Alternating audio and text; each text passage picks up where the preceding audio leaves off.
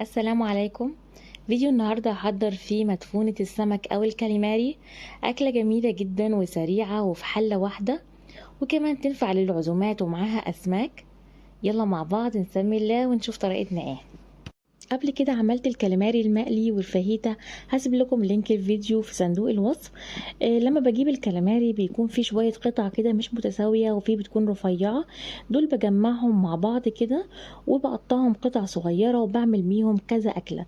ممكن أعمل الأكلة دي اللي هي المدفونة، أو ممكن أحشي بيهم الكاليماري اللي هو كاليماري الحشو. هجيب حلة واحط لها زيت ومكعب زبدة. انا مش بحط زبدة كتير، هو مكعب واحد بس. السمك عامة مش بتحط له زبدة، هو الاساسي زيت. بس انا عشان هعملها بالرز فادت طعم جميل جدا للرز. ونزلت عليهم بالكاليماري المقطع زي ما انتوا شايفين كده. بالنسبة للكاليماري انا غسلاه ومقطعاه صغير بس، لكن مش سلقاه. كان في حد برضو سألني ان هم بيسلقوا الكاليماري قبل ما يسووه، وده غلط يا جماعة، لان انت كل ما بتسلقيه بينشف ويجلد اصلا. الكلاماري والجمبري عكس اللحوم، عكس اللحم والفراخ والسمك، لما بنسيبهم على النار طبعا ويتسلقوا فبتلاقيهم اتهروا كده واستووا.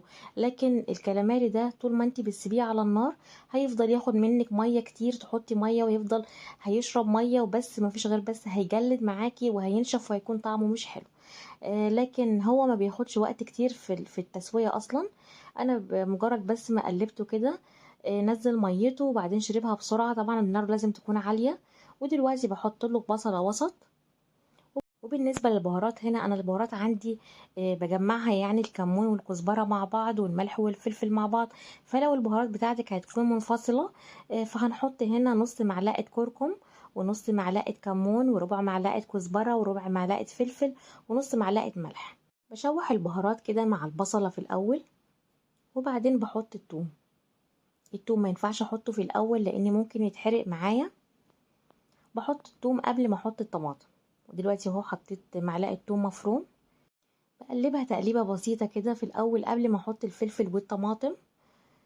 ولو عايزين كمان المدفونة يكون لونها زي الأورنج ممكن كمان نزود نص معلقة من البابريكا. هي البابريكا بحس ان هي لون بس لكن مش طعم، يعني مش بتدي طعم كتير في الأكل. بس انا ما حطيتش، انا اكتفيت بس ان انا حطيت لها كمان معلقة صلصة فادتني لون حلو. فممكن لو انت عايزة اللون يكون برضو اورنج اكتر ممكن نحط البابريكا. ودلوقتي حطيت الفلفل وحطيت الطماطم. بصوا كل ده والنار عالية، انا مش موطية النار خالص. كل ده انا بشوح والنار عالية. الاكلة دي كمان كان ناقصها جزر كده مبشور. بصراحة الجزر بيدي طعم حلو جدا مع الكاليماري والجمبري، بس انا ما كانش عندي فما حطيتش. ودلوقتي اهو بحط معلقة الصلصة. بس طبعا لو هنحط جزر لازم يكون مبشور او مفروم، وهنحطه في وقت ما حطيت كده الطماطم والفلفل. وبقلب كل الخليط كده مع بعض، والنار كمان لسه معايا عالية. بصوا الاكلة دي انا مش بسيب ايدي من عليها خالص من الحلة، في تقليب كده على طول مستمر لغاية ما اجي احط الرز. بوطي عليها وبسيبها. ودلوقتي حسيت ان الطماطم والفلفل كده خلاص استووا. في المرحلة دي يعتبر زي الفاهيتا اللي انا عملتها معاكم قبل كده. بتبقى خلاص انا في الوقت ده كده ممكن اطفي عليها واكلها بعيش. بس انا طبعا عشان اعملها مدفونة فهزود لها مية وهنزود الرز. بس انا في الفاهيتا ما كنتش حاطه طماطم، انا كنت مكتفيه بس بمعلقه الصلصه.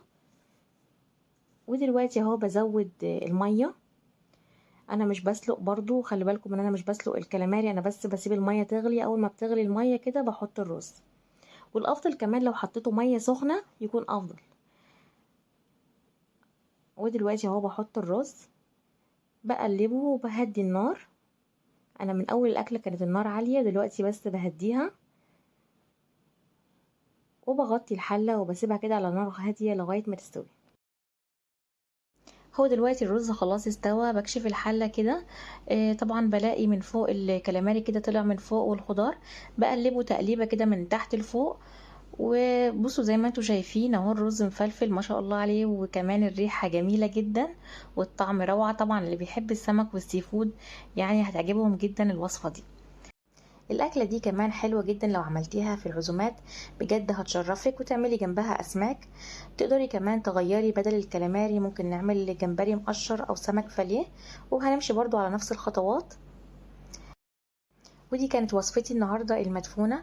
لو عجبكم الفيديو ما تنسوش تعملوا لايك وشير، ولو لسه ما اشتركتوش في القناة ياريت تشتركوا وتفعلوا زر الجرس عشان يوصل لكم كل جديد بقدمه ان شاء الله.